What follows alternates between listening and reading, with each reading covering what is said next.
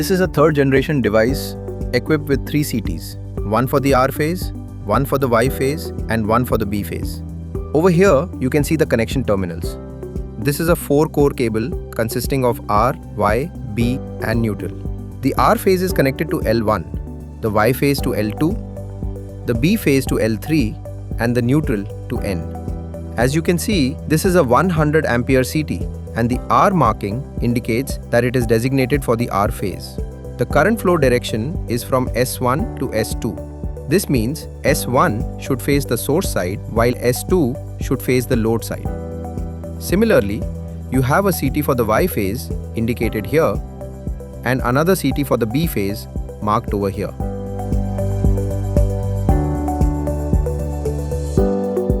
This is a DIN rail mount. Using this clamp, the device can be mounted inside the DB, right next to the MCB. Now, we are mounting the third generation device onto the DIN rail.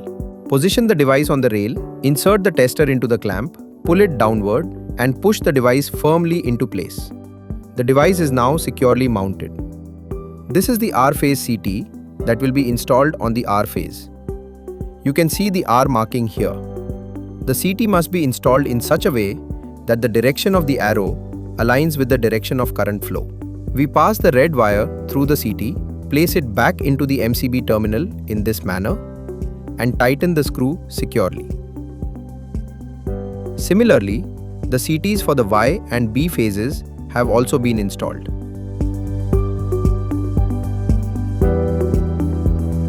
We will now power the device using this cable. The power supply is taken from the input side of the main MCB so that the device remains powered even if the MCB trips or is switched off. We are connecting the wire from L1 to the R phase using the same connection point as the MCB terminal. It is important to maintain the correct sequence of R, Y, B, and neutral to ensure accurate readings and prevent errors.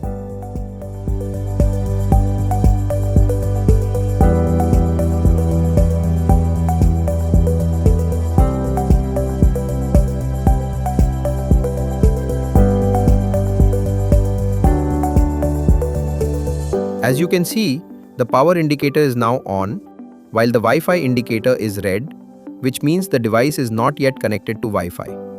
I will now press this small button. As you can see, the Wi-Fi light is now blinking, indicating that the device has entered pairing mode.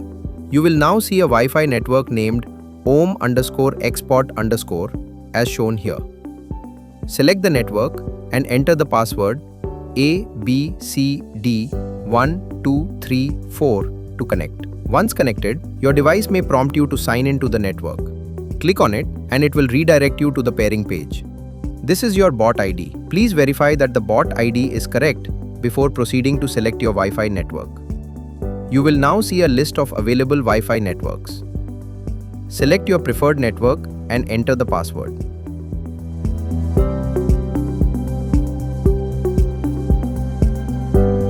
Once the bot is successfully connected to Wi-Fi, the indicator light will turn green. As you can see, the green light is now blinking, which indicates that the device is successfully connected to the internet.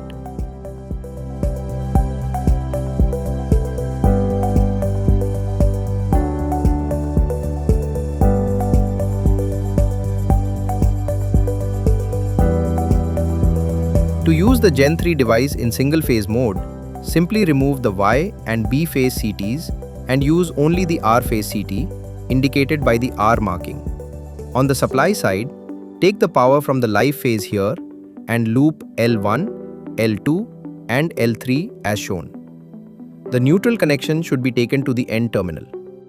This completes the installation and setup process for the Gen 3 device.